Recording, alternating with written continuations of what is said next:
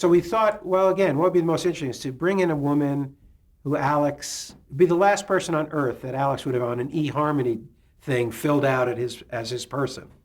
She was a feminist and artist, really interested in the arts and not interested in any business majors, and they want to show that even Alex P. Keaton, master of the universe, is as helpless as the rest of us when it comes to that. So we created the character, and Judith Weiner again sends me a tape of an actress in New York, Tracy Pollan.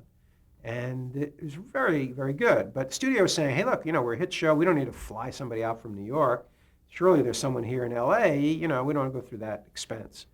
And I always try to be mindful of that as a producer. And I thought, I don't know, but there's just something about this girl. I think we should at least see them together. It's not that much, So we fly her out. And there's one other woman, Deborah Foreman, who was just in a movie called Valley Girl, who we had used on the show and really liked. And it's between the two of them. And so I called Mike, I said, why don't you come over and read with these two actresses and tell me what you think, So he comes over in my office and he reads, and he is, as no surprise, charming and, puts them in a position where they can show their best work, and makes everyone at ease. And at the end of it, I said, what do you think? He goes, I like them both, no big deal. I go, all right, well, I think I'm going to go with Tracy Pollan. There's just something there. He goes, hey, your show, it's, nothing. It's not nothing to me.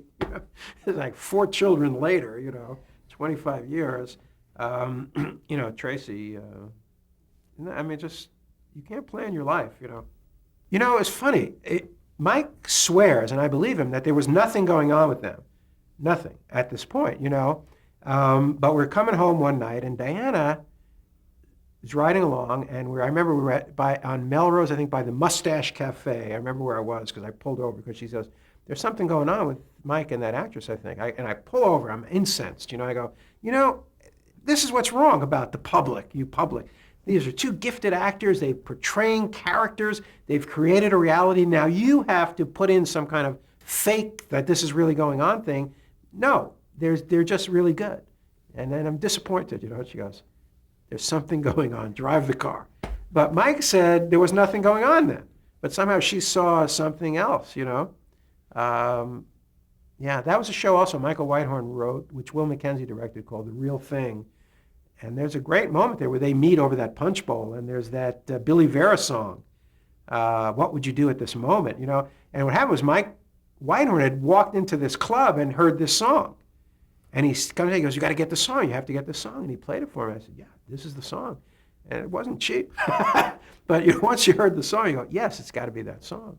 It was funny, but yeah. So Tracy was great.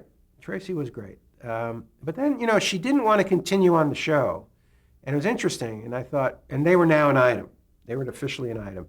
And she said something that was incredible. She said, you don't need me really on this show. I'm just there to make Alex, whatever. And she goes, I'm a real actress, and I'm afraid that at some point I might resent that. And it'll spill over into my relationship with Michael, which is really all I care about. And I thought, whoa, nice going, guys. You found the right 2 people there. Yeah, you found each other. So I thought that was great.